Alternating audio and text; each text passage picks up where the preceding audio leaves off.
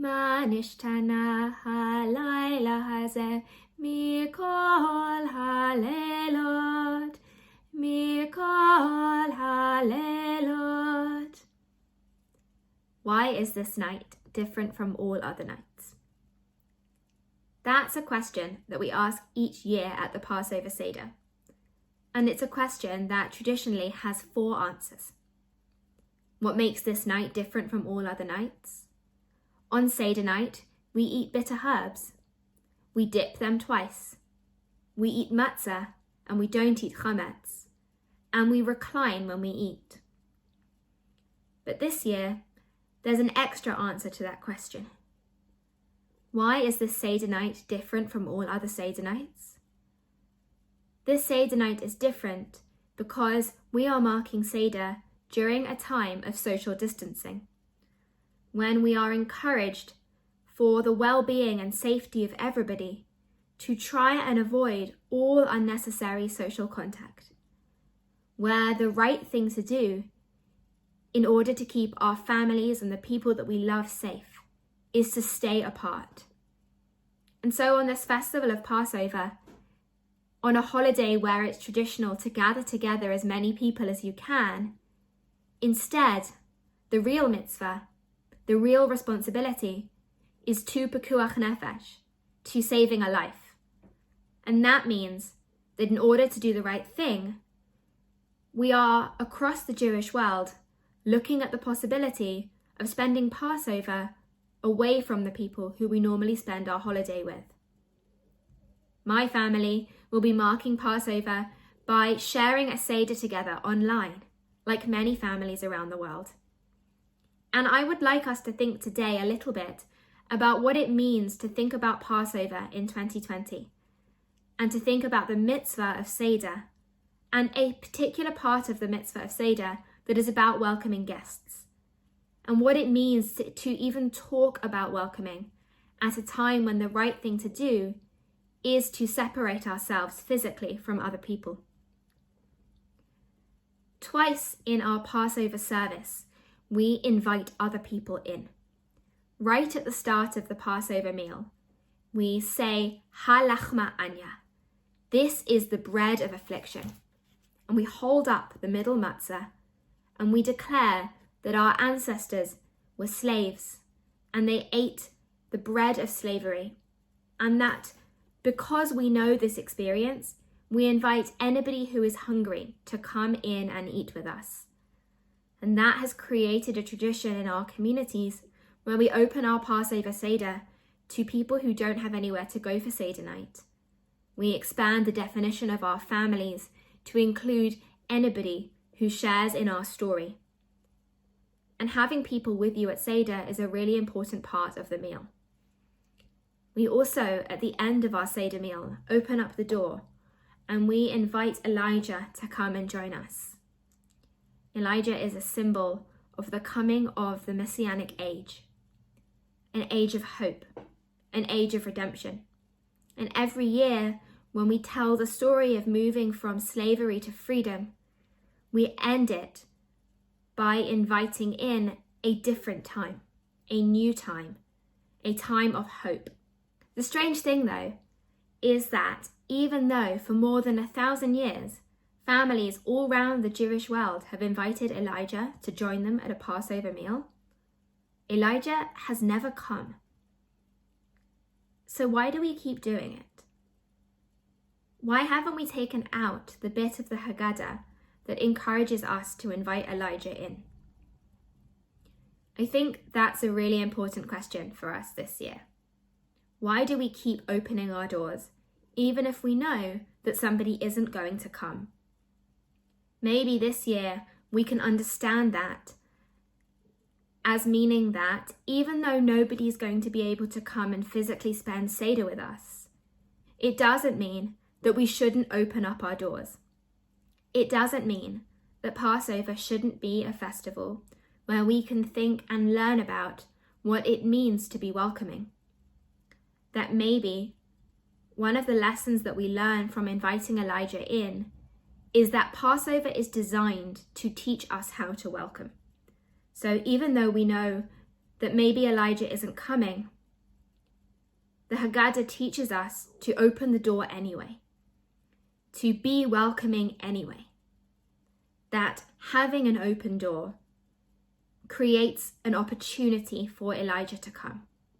And if we never open the door at all, then there would be no chance of Elijah, no chance of somebody coming who was going to bring us hope for a different future. I want to invite you to learn with me today about how we open the door, about what we need to do to create a space where somebody feels safe to come in. And I think the first place that we can learn that from is the Seder meal itself. One of the things that people are encouraged to do at Passover is to ask questions. Questions are a good thing. Questions are important. And on Passover, around a Seder table, there is a tradition that every child who asks a question gets a prize or a reward. It's good to have questions. It's okay not to know. And maybe that's one way we make people feel welcome. We don't assume that they know anything.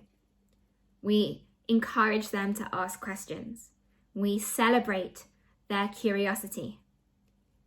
We want people to feel invited to ask and to feel that there is no shame in having any questions.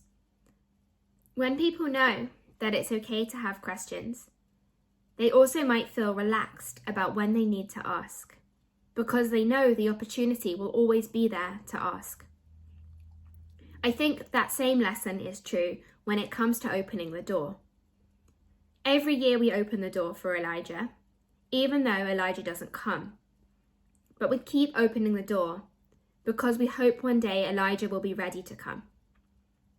That teaches us that sometimes we have to go above and beyond to be welcoming, that we might make our homes and our communities welcoming spaces, and we might open the door, but people have to decide to step in their own time, and we have to create lots of different opportunities to continue to tell people that they are welcome, to open the door on many occasions so that when somebody feels ready to step in, they are able to.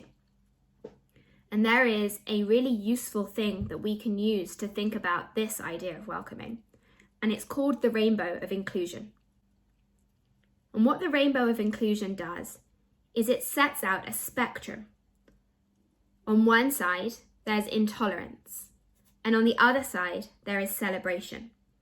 And it tells us that what we have in between those two sides is a journey. What do we mean when we talk about intolerance? Well, we mean spaces that make people feel excluded, that make people feel that there is something about who they are that means that they are not welcome. Intolerance is active and hostile. But it's not the only way that people don't feel welcome.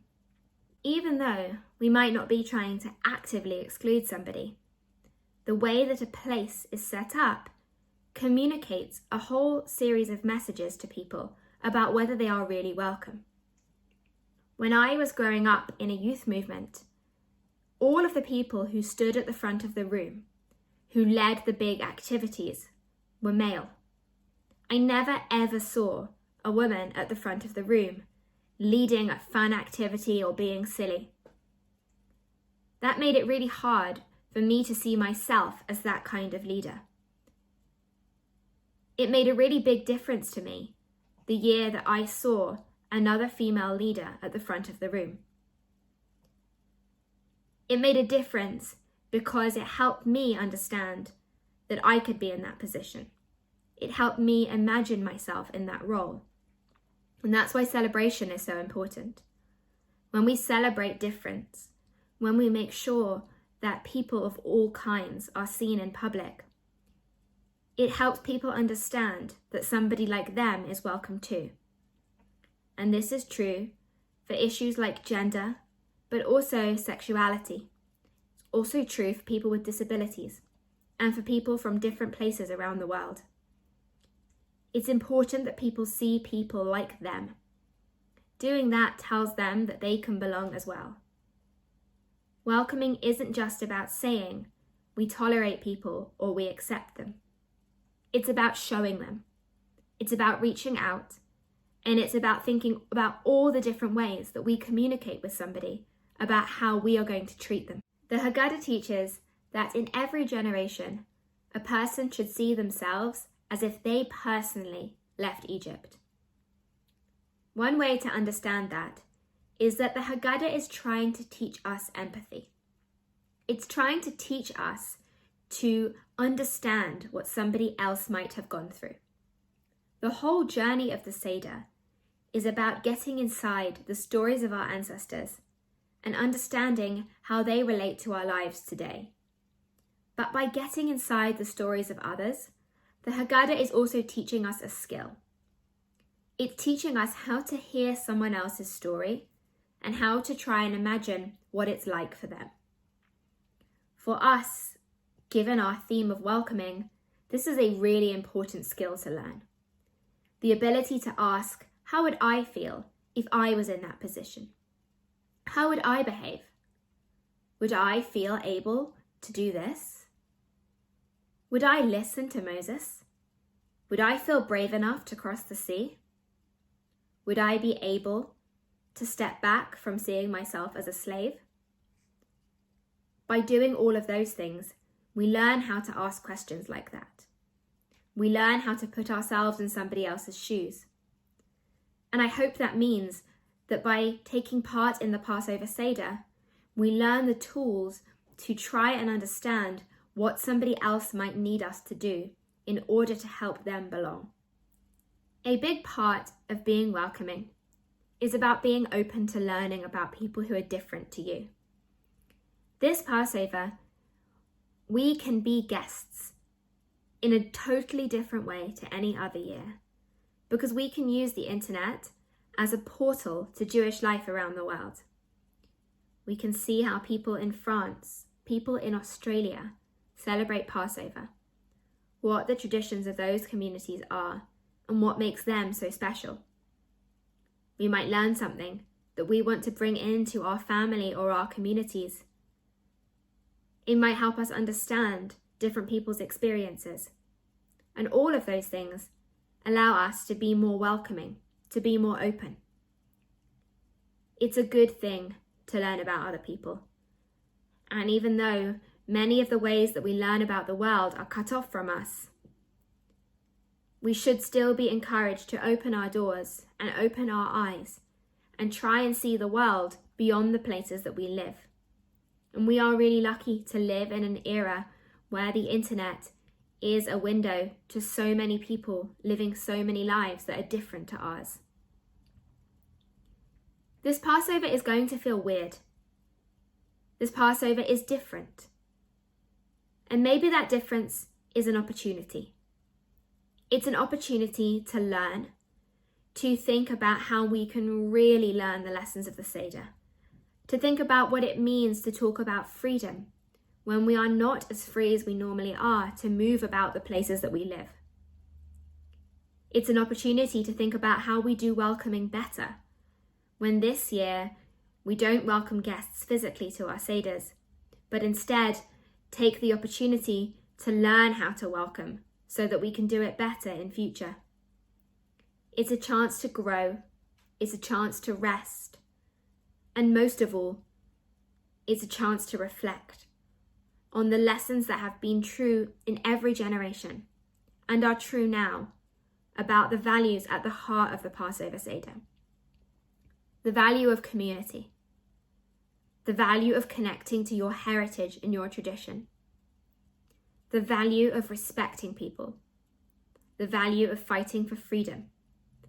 And maybe this year, when we are less free in some ways, we are best able to access what it means to crave freedom, what it means to celebrate it, and why we so need to protect it this year and in every year. Chag Sameach.